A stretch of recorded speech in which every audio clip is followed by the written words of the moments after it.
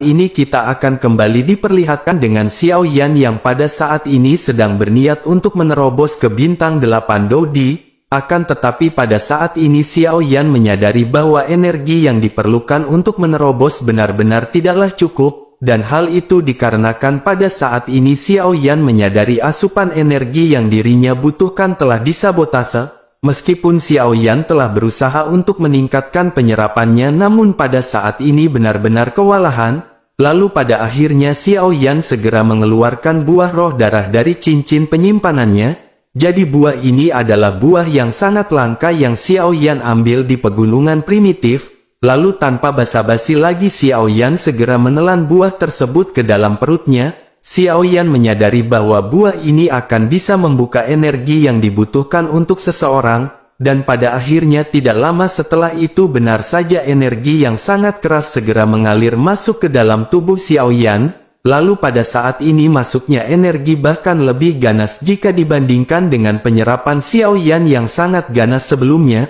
Akan tetapi pada saat ini Xiao Yan segera menyadari bahwa energi dari buah tersebut mengandung kekerasan yang sangat mengerikan. Jadi Xiao Yan berpikir bahwa dirinya harus menekan dengan energi yang lebih keras lagi dan Xiao Yan akan menggunakan api surgawi. Lalu api surgawi di tubuh Xiao Yan pada akhirnya berubah menjadi bola dan membungkus energi dari buah roh darah yang berbeda. Lalu secara perlahan-lahan api surgawi mulai menetralkan kekerasan energi yang dikandung dari buah roh darah. Dan saat buah roh darah ini dibungkus oleh api surgawi, garis-garis merah yang sebelumnya keluar di tubuh Xiao Yan juga perlahan menghilang. Lalu Xiao Yan pun menghela nafas karena pada saat ini energi benar-benar telah melonjak di dalam tubuh Xiao Yan. Sedangkan di sisi lain Raja Tianzang tersenyum ringan menatap ke arah Xiao Yan. Lalu dirinya bergumam bahwa apa yang baru saja ditampilkan oleh Xiao Yan ini benar-benar menarik. Lalu kembali ke Xiao Yan yang pada saat ini masih duduk bersila dan Xiao Yan menyadari bahwa masih kekurangan asupan energi. Kemudian Xiao Yan pada akhirnya segera mempercepat pemurnian buah oleh api surgawi dan energi perlahan-lahan semakin melonjak. Dan pada saat yang bersamaan Raja Tianzang yang sedang meminum anggur tiba-tiba gemetar. Lalu dirinya perlahan-lahan mengangkat kepalanya dan sedikit menyipitkan matanya ketika dirinya menatap ke arah langit di suatu tempat. Dirinya merenung sejenak dan pada saat ini di matanya sepertinya dirinya telah menemukan sesuatu. Raja Tianzang terlihat agak rumit ketika dirinya bergumam apakah yang sedang terjadi. Setelah berbicara dirinya pun segera menatap ke arah Xiao Yan dan dirinya pada saat ini segera kembali bergumam. Raja Tianzang berkata tampaknya pada saat ini ada sebuah masalah yang mendesak, beri anak ini 1 jam dan jika dirinya masih belum melakukan terobosan maka dirinya harus segera pergi. Sementara itu Xiao Yan masih duduk bersila dan menyerap energi terakhir dari buah roh darah. Akan tetapi aura Do di bintang 8 pada saat ini tidak memancar keluar, bahkan aura itu benar-benar menghilang dengan kecepatan yang sangat cepat. Xiao Yan pada akhirnya perlahan-lahan membuka matanya dan pupil matanya yang gelap pada saat ini terlihat tenang seperti gelombang biru di atas kepala Xiao Yan. Lalu awan gelap pada saat ini benar-benar menjadi semakin besar dan benar-benar sangat dekat. Kemudian guntur dan kilat yang pada saat ini dapat dilihat benar-benar sangat menakutkan, dan cahaya berkelap-kelip di dalamnya dan lapisan guntur di atas permukaan seperti gelombang yang sangat mengerikan. Lalu Xiao Yan pun menatap ke arah awan dan segera membuka mulutnya sedikit dan segera mengeluarkan 2 kata bintang 8. Begitu kata-kata ini terjatuh aura di tubuh Xiao Yan pun segera meledak dan angin kencang bertiup di sekelilingnya. Dan bersamaan dengan itu aura bintang 8 segera menyebar dari tubuh Xiao Yan. Lalu Xiao Yan segera menghentakkan kakinya dan tubuhnya segera berubah menjadi pelangi panjang yang bergantung di bawah awan guntur. Lalu setelah itu Xiao Yan pun segera mengangkat tangannya dan seketika pedang kuno api surgawi segera muncul di tangan Xiao Yan. Saat ini awan guntur di seluruh langit juga tampaknya diprovokasi oleh Xiao Yan dan suara ledakan pada saat ini tiba-tiba terdengar. Lalu gemuruh pada saat yang bersamaan juga segera menyebar ke seluruh daratan. Bahkan leluhur ras monster juga pada saat ini bergumam dengan mata yang menyipit bahwa sepertinya ada seseorang yang menerobos bintang 8. dan pada saat yang sama lelaki tua yang melayang di atas Xiao Manshen juga meletakkan tangannya di belakang, lalu dengan nada yang datar dirinya segera bergumam, tampaknya proses pencerahan telah berhasil. Sementara itu di sisi lain di area terlarang Pil Hall di mana terdapat tungku berisi 999 orang, di alam rahasia dengan keheningan dan suasana yang hampir gelap gulita, saat ini tungku manusia ditempatkan secara teratur dalam lingkaran dan di tengah tungku manusia terdengar suara seperti detak jantung, dan pada saat ini terlihat sosok manusia yang terbentuk dari daging dan darah, kemudian garis wajah dari sosok tersebut perlahan-lahan terbentuk dan sosok ini adalah Dan Yan, dan pada saat ini Dan Yan yang masih seperti mumi yang memiliki semua kebencian gila di matanya yang diarahkan kepada Xiao Yan. Dan Yan pada saat ini mulai membentuk tubuh menggumamkan nama Xiao Yan dengan suara serak, dan pada saat ini Dan Yan tidak lagi memiliki jiwa dan yang ada hanyalah tubuh yang pulih dan didukung oleh kebencian. Sementara itu di bagian lain Pil Palace pada saat ini di sebuah platform teratai, terlihat ada Danda Cheng sedang menutup matanya dan memancarkan gelombang yang sangat luar biasa kuat. Gelombang ini sangat mirip dengan apa yang dimiliki oleh Xiao Yan karena aura mereka berdua pada saat ini telah mencapai bintang 8 Dodi, dan Da Cheng dipenuhi dengan kebencian ketika dirinya juga menggumamkan nama Xiao Yan dan dirinya pada saat ini bergegas ke langit. Saat ini dirinya bersiap untuk menghadapi kesengsaraan Kaisar Dou di bintang 8. Dan Da Cheng mengira bahwa dirinya merupakan salah satu yang memiliki terobosan terkuat dari bintang 8 di seluruh benua Dodi, lalu dirinya berpikir bahwa kesengsaraan kaisar seperti ini belum pernah terjadi di benua Dodi sebelumnya. Sementara itu kembali ke Xiao Yan yang pada saat ini berhadapan dengan Guntur, dan kesengsaraan kaisar Xiao Yan pada saat ini benar-benar melampaui Dan Da Cheng.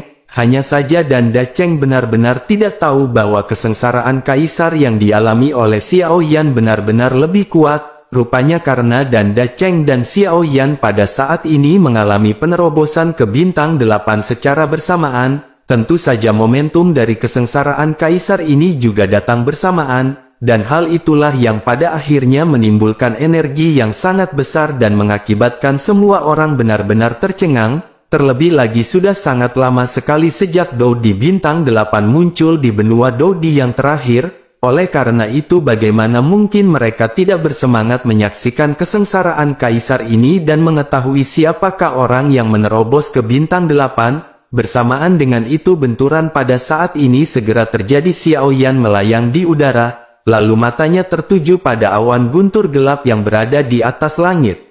Menghadapi guntur ini Xiao Yan yang benar-benar bersiap dan tidak memiliki perasaan takut sedikit pun, bahkan Xiao Yan pada saat ini benar-benar sangat yakin dengan kemampuannya dan Xiao Yan segera melesat menjauh, lalu banyak benturan terjadi di tengah-tengah awan guntur di mana sosok Xiao Yan pada saat ini berada di tengah-tengah, dan pada akhirnya dengan kekuatan Xiao Yan awan guntur dan fluktuasi energi perlahan-lahan menghilang dan Xiao Yan pada saat ini melayang di udara, lalu dapat terlihat jelas bahwa guntur sebelumnya benar-benar tidak menyebabkan kerusakan besar pada Xiao Yan, namun tidak lama setelah itu Xiao Yan segera mendengar sebuah raungan dan Xiao Yan merasa sedikit gemetar, karena awan petir terus bergulir seolah-olah ada sesuatu yang berenang di dalamnya. Dan perlahan awan gelap menampakkan tubuh dan seluruh tubuh ini berwarna keperakan, lalu tubuh ini menampilkan sisik halus yang terlihat jelas di atasnya dan ada juga rendah halus di sana. Tentu saja Xiao Yan seketika sedikit terkejut melihat tubuh yang baru saja muncul dan bergumam apakah ini adalah naga petir. Xiao Yan menyadari sepertinya apa yang Xiao Yan lihat barusan hanyalah bagian dari tubuh yang tersembunyi di awan. Bahkan ukuran dari naga ini sepertinya telah mencapai tingkat yang benar-benar menakutkan,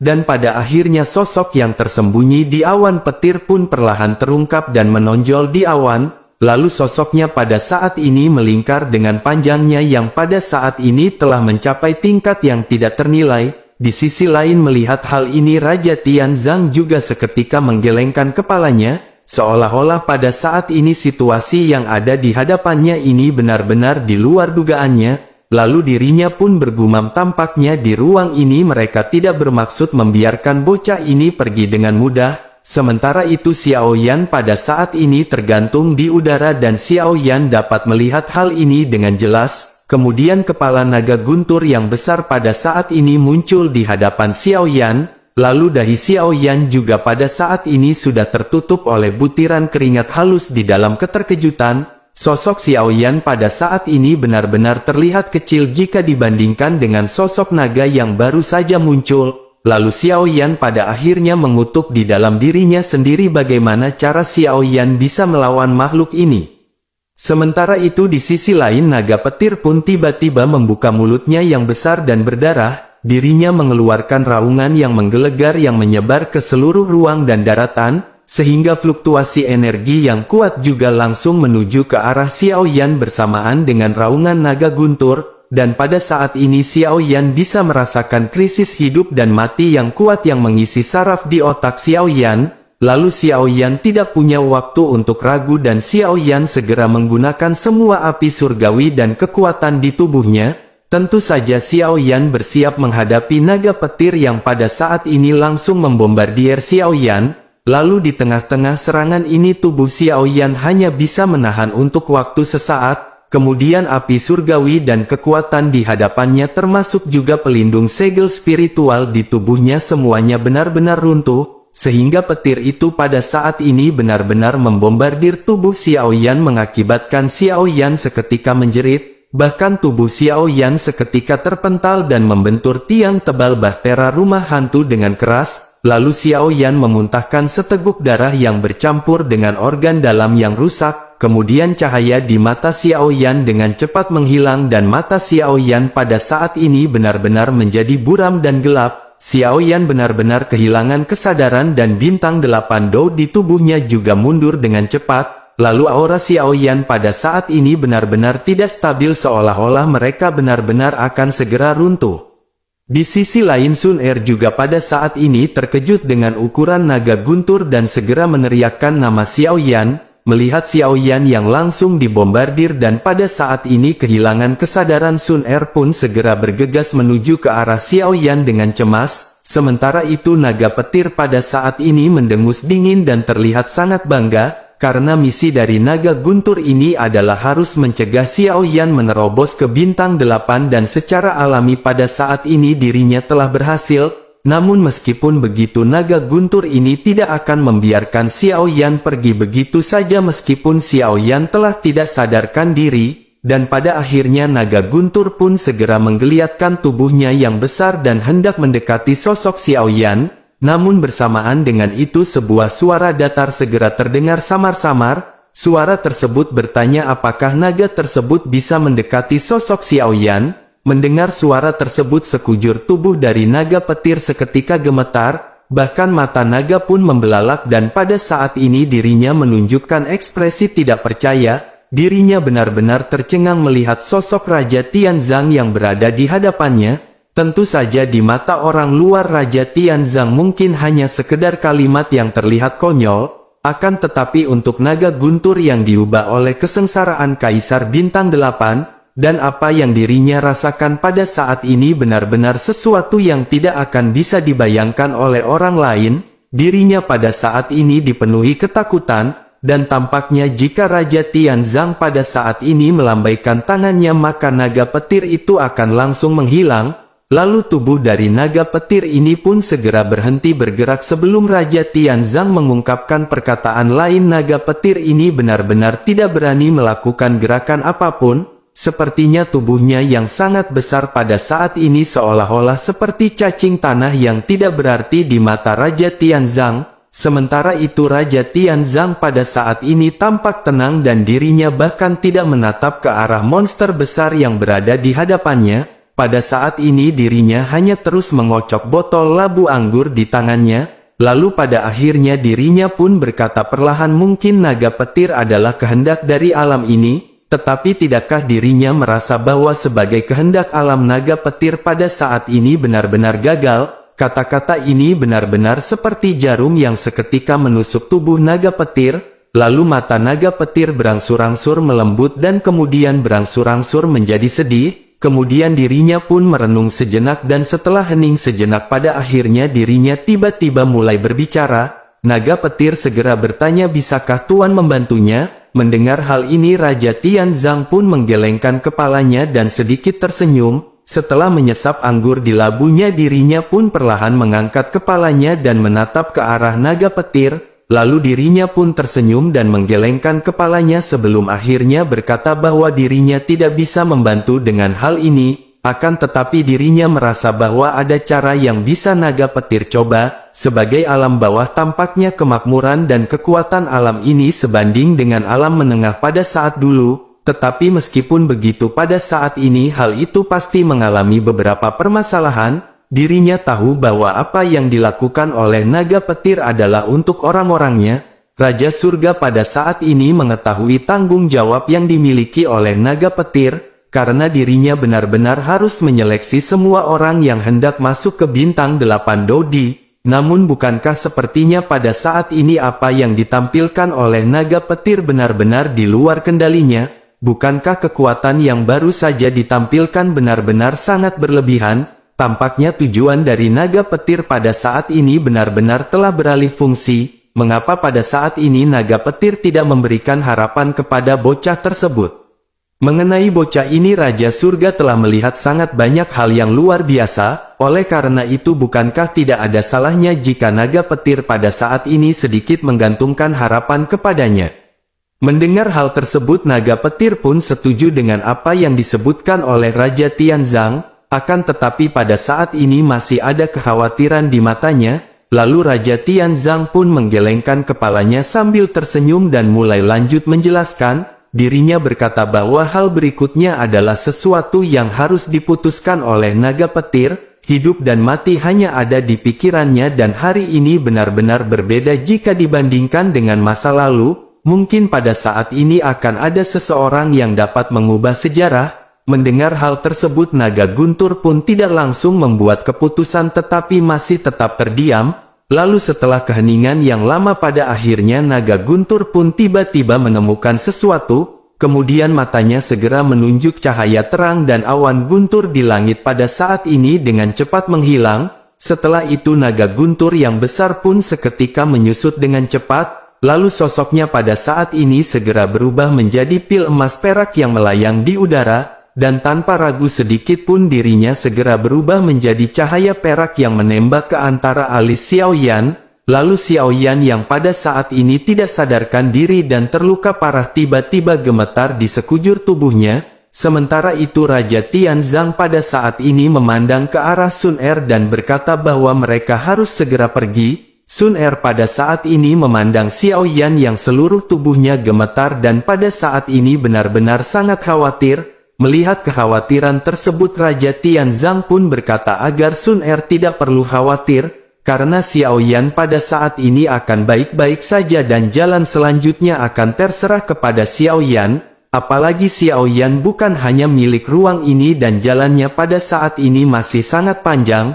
Sun Er pada akhirnya mengangguk memandangi Xiaoyan yang gemetar dengan penuh cinta dan keengganan. Lalu Sun Er pada akhirnya segera berkata bahwa kakak Xiaoyan pasti akan baik-baik saja. Setelah itu Sun Er pun segera menghampiri Raja Tianzang dan pada saat ini bahtera rumah hantu yang besar berangsur-angsur menjadi transparan. Lalu bumi yang tertutup juga pada saat ini perlahan tampak terang. Dan setelah berbulan-bulan dalam kegelapan matahari akhirnya segera kembali muncul. Kemudian Raja Tianzang pada saat ini menggesekkan jarinya ke arah langit dan ada celah di langit yang biru. Setelah itu sosoknya bersama dengan bahtera benar-benar menghilang digantikan oleh cahaya matahari. Sementara itu sosok Xiaoyan pada saat ini melayang di atas Xiao Mansion. Dan hal itu segera menarik perhatian lelaki tua begitu juga dengan King Haoran dan yang lainnya. Apalagi Xiaoyan telah menghilang selama beberapa bulan dan semua orang di Xiao Mansion pada saat sebelumnya telah mencari Xiaoyan untuk waktu yang lama.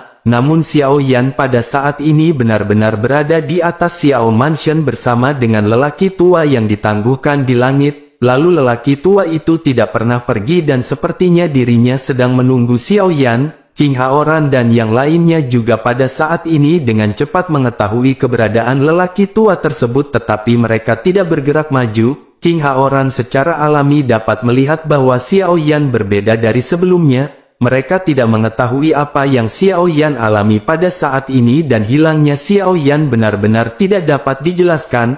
Sementara itu mengenai lelaki tua tersebut, meskipun King Haoran tidak dapat merasakan sedikit pun fluktuasi aura, akan tetapi intuisinya mengatakan kepadanya bahwa lelaki tua ini bukanlah orang yang sederhana. Sementara itu Xiao Yan yang melayang di atas Xiao Mansion pada saat ini menutup matanya rapat-rapat dan bulu matanya bergetar berkali-kali. Xiao Yan pada akhirnya segera membuka matanya dengan tiba-tiba dan Origin Ki di sekitar mulai gelisah.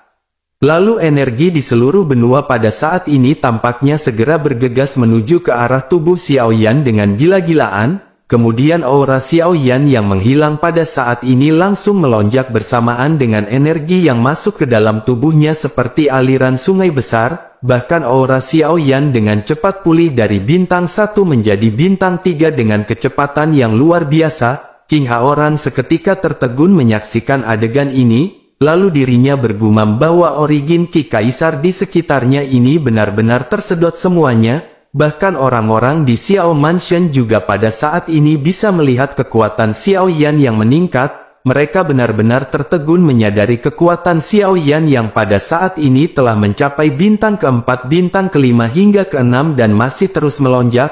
Lalu pada saat kekuatan Xiao Yan berada di bintang 7 pada saat ini King Yuan Tian pun seketika tercengang. Karena yang mengejutkan dirinya adalah aura Xiao Yan pada saat ini tampak telah mencapai puncak bintang 7 akan tetapi belum berhenti, dan pada akhirnya keterkejutan yang lebih besar segera dirasakan oleh King Yuan Tian. Dirinya tanpa sadar bergumam bahwa Xiao Yan pada saat ini telah mencapai bintang 8, lantas kemana saja bocah ini selama ini hingga pada akhirnya dirinya berhasil menembus bintang 8. Mendengar hal tersebut semua orang di Xiao Mansion tentu saja pada saat ini benar-benar sangat gembira, karena dengan Xiao Yan yang merupakan pemimpin mereka yang berada di bintang 8 Dodi, maka tidak diragukan lagi hal itu merupakan peningkatan yang lebih kuat untuk kekuatan Xiao Mansion. Namun di tengah-tengah kegembiraan ini King Yuan Tian pada saat ini kembali dikejutkan oleh sesuatu. Dirinya berkata sepertinya aura Xiao Yan pada saat ini masih terus meningkat. Mendengar hal tersebut tentu saja King Haoran pada saat ini benar-benar terkejut. Dirinya segera bertanya mungkinkah Xiao Yan pada saat ini akan melampaui tahap awal bintang 8 Dodi. King Yuan Tian pada saat ini hanya bisa terdiam mendengar perkataan dari King Haoran. Dirinya hanya bisa merasakan aura Xiao Yan yang pada saat ini terus melonjak hingga pada akhirnya dirinya segera terkejut. Dirinya bertanya-tanya di dalam hatinya mungkinkah Xiao Yan pada saat ini akan mampu menembus ke pertengahan bintang 8 Dodi. Sementara itu di sisi lain Dan Da Cheng juga pada saat ini telah berhasil berhadapan dengan guntur. Akan tetapi guntur gelap dari kesengsaraan kaisar miliknya pada saat ini tidak sekuat milik Xiao Yan. Lalu setelah beberapa lama sosok Dan Da Cheng perlahan muncul dengan pakaian yang robek dan penampilannya pada saat ini terlihat sedikit buruk. Bahkan tubuhnya dipenuhi dengan bekas luka tetapi wajahnya pada saat ini menunjukkan senyuman. Dan pada akhirnya dirinya tertawa keras dipenuhi dengan kegembiraan. Lalu setelah itu dirinya pun segera berteriak menyebutkan nama Xiao Yan. Kemudian dirinya lanjut berkata bahwa dirinya yang bernama Dan Da Cheng pasti akan memotong Xiao Yan untuk membalas dendam atas pembunuh putranya. Bersamaan dengan teriakan tersebut pada saat ini aura pembunuh segera terpancar di tubuhnya. Lalu puluhan ribu murid dari Pil Palace pada saat ini memandang Dan Da Cheng dan mereka secara alami merasakan aura kekerasan yang memancar dari tubuhnya. Setelah terobosan dari Dan Da Cheng ini beberapa sosok berseragam tempur berdiri di atas Pil Palace. Kemudian mereka menatap dan datang dengan keterkejutan tetapi mereka pada saat ini tidak bergeming. Sosok-sosok ini adalah tertua dari Pil Palace dan juga merupakan kekuatan tempur terkuat milik Pil Palace. Sehingga aura yang dipancarkan oleh beberapa orang dari mereka semua juga pada saat ini ada yang berada di bintang 8 Dodi. Lalu para ketua ini pada akhirnya segera mengucapkan selamat kepada Ketua Agung. sementara itu Danda Cheng pada saat ini segera menoleh dengan niat membunuh di matanya. Lalu Danda Cheng pada akhirnya segera berteriak agar semua orang bersiap untuk pertempuran. Mereka semua pada saat ini benar-benar harus segera menyerang Xiao Manshan. Lalu momentum dari Pil Palace pada akhirnya segera meledak bersamaan dengan Danda Cheng yang benar-benar membangkitkan semangat semua orang, sehingga pada saat ini semua orang di Pil Palace merasa bahwa Dewa Kemenangan sudah berada di pihak mereka, lalu tidak ada ketegangan di hati mereka dan pada saat ini semua orang bersemangat untuk menghancurkan Xiao Manshan.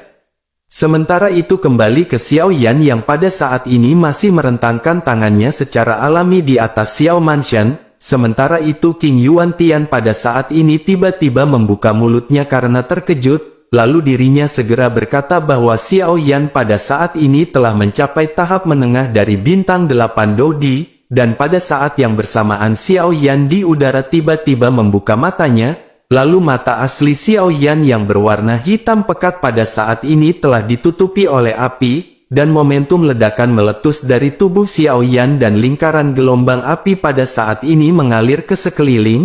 Merasakan aura ini ketenangan dari King Yuan Tian pada saat ini benar-benar telah dihancurkan oleh Xiao Yan, bahkan dirinya kembali bergumam tanpa diduga Xiao Yan benar-benar menembus ke tahap menengah bintang 8, lalu King Yuan Tian pun menggelengkan kepalanya dan berkata, monster macam apakah Xiao Yan ini? Merasakan aura Xiao Yan ini di sisi lain leluhur dari ras monster juga tidak bisa menyembunyikan kegembiraannya, lalu dirinya memalingkan wajah ke tempat yang dirinya rasakan dan bergumam bahwa Xiao Yan benar-benar telah mendapatkan keberuntungan di dunia ini. Sementara itu pada saat yang bersamaan di kedalaman gua hantu di markas aliansi bayangan, ada sepasang mata merah tiba-tiba sudah terbuka dan wajah kurus dan pucat itu dipenuhi dengan niat membunuh dan gigi yang tajam.